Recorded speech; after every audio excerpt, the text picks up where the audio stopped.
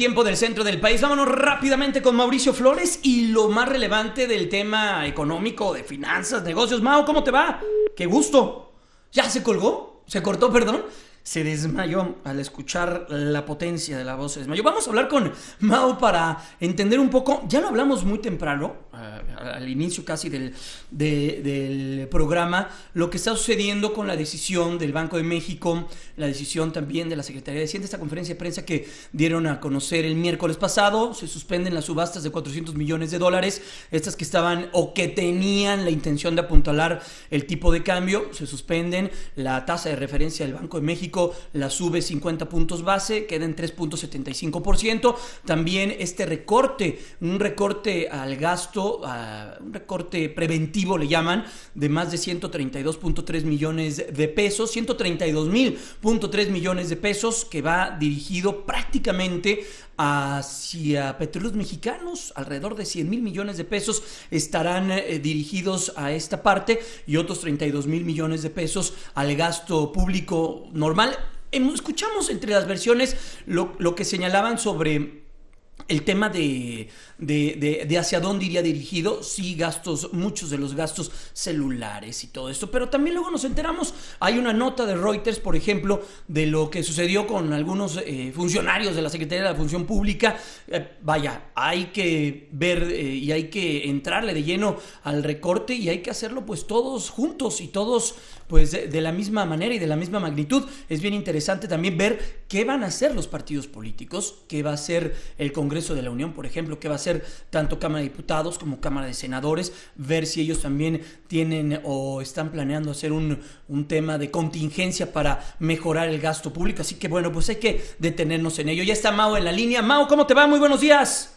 Muy buenos días, Jaime, muy buenos días a todos. Y sí, pues lo acabas de definir, es una situación contingente, ya se venía perfilando desde el año pasado, cuando la caída de los precios, el precio del petróleo, estaban poniendo las alertas rojas, sobre todo en petróleos mexicanos, y bueno, en los alcances mismos del presupuesto 2016, que ya venía recortado, y todavía se le tuvo que dar otro baje. Aquí la pregunta, Jaime, es ¿hasta dónde va a llegar el cuchillo? Sobre todo porque estamos hablando que el mayor peso va a caer en petróleos mexicanos y en la SCT. En petróleos mexicanos, definitivamente el área de inversión en la parte de producción, en la parte de transformación industrial, cortar puede tener serias implicaciones en la producción de los hidrocarburos.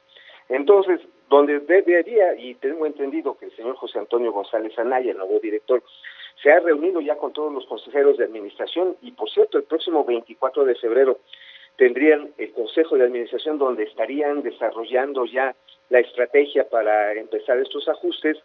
Pues donde le van a pegar es en el área administrativa, en el área de recursos humanos, es decir, en empleos sobre todo en las áreas de soporte, tecnología de la información, administrativo, también logística. Se va a hacer una serie de compactaciones, mi estimado Jaime. Por ejemplo, ¿te acuerdas de Procura, Pemex Procura? Sí. Sí, esta nueva entidad que habían creado apenas el año pasado para realizar las compras centralizadas, pero era un organismo que quedaba fuera del conjunto de Pemex. Nuevamente regresa a la estructura central de Pemex para reducir precisamente gastos redundantes.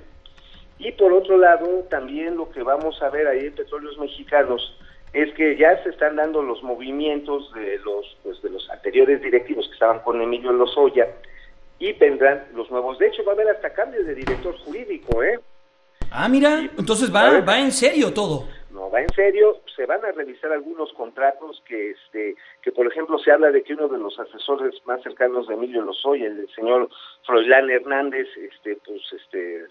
no lo quiero decir así porque se oye muy feo, pero mejor se los digo, se atascó, y que tendrían que ser objeto de revisión porque fueron nocivos para petróleos mexicanos. Entonces, eso es de los temas que van a entrar ahí a la cazuela. Y el SXT, Jaime, con todo y que sí es importante el recorte de 12,500 millones de pesos, que le afecta sobre todo al área no de proyectos en marcha, de proyectos nuevos que se iban a hacer para carreteras, para nuevas carreteras. Eso sí es una muy mala noticia, Mau. Pero ¿sabes qué es la mala noticia ahí? La mala noticia es que no se van a desarrollar todas. Lo que sí está presupuestado es que se van a culminar 20 autopistas, no carreteras, 20 autopistas que no estaban, que estaban en proceso. Lo que se detiene, de alguna manera, son ramales que iban a darle continuidad, obras que le iban a dar conectividad a las que ya están en operación. Y eso sí es un rezago, pero no es tan catastrófico como parece. Es más, el corte más grande es en un proyecto que era todavía proyecto, en la ampliación del metro Chalco-La Paz. Son 2.500 millones de pesos, ahí no se ha movido una sola piedra. Lo que se ha gastado hasta el momento ha sido en la planeación, en el desarrollo de proyecto. Ya existe un trazo y el dinero iba a ser para la liberación de derecho de vía, para que pudiera entrar el tren. Pues no se va a empezar a comprar esa tierra, pues ahorita no hay dinero. Esa sí es una tristeza, pero no se ha metido un peso más grande ahí. Oye, Mau, proyectos tan importantes como el nuevo aeropuerto internacional de la Ciudad de México, la red compartida, ¿ahí qué va a pasar?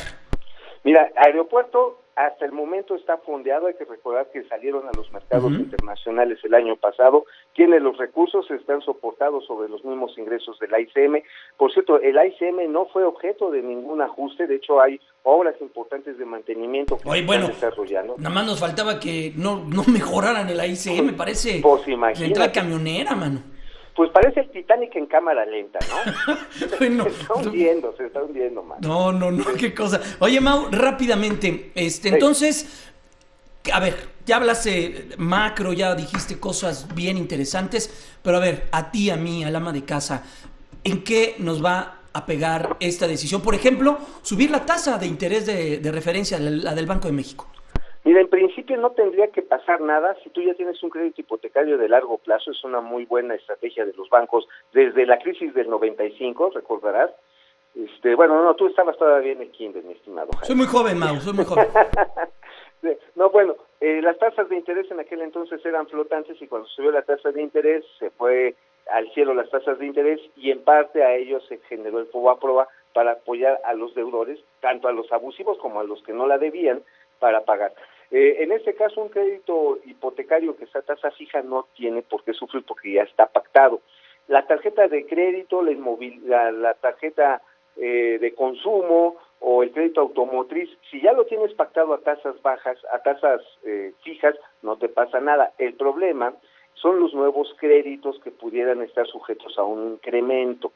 Sin embargo, yo sí creo ahí que el factor competencia va a ser muy importante. Es como ha sucedido en el caso de los automóviles, Jaime. No ha habido incrementos sustanciales en ciertos modelos. En los modelos compactos y subcompactos no ha habido un incremento más allá de la inflación, de esto de acuerdo a las cifras de Lambda. No están repercutiendo todo el impacto del tipo de cambio. ¿Por qué? Porque si lo hacen no va a haber quien les compre.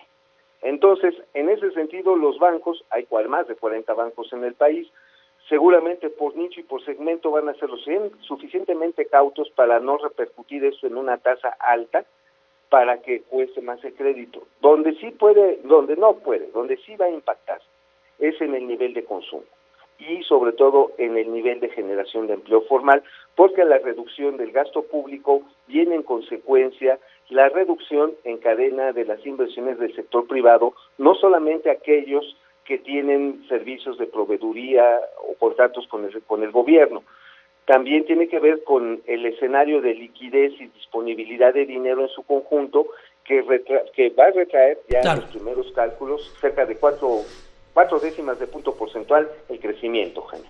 Pues, Mau, estaremos muy al pendiente. Ojalá la próxima semana podamos platicar nuevamente contigo como lo hemos hecho a lo largo de estos fines de semana para hablar más de la economía y, bueno, pues cuáles serán las implicaciones de las decisiones de política económica que se están dando con todo lo que está sucediendo alrededor del mundo, precio del petróleo, apreciación del dólar, pues esta golpe que tienen las distintas divisas. El peso no puede ser una excepción y platicamos de esto más adelante. Muchas gracias, Mau. Fuerte abrazo. Muy buenos días, Jaime.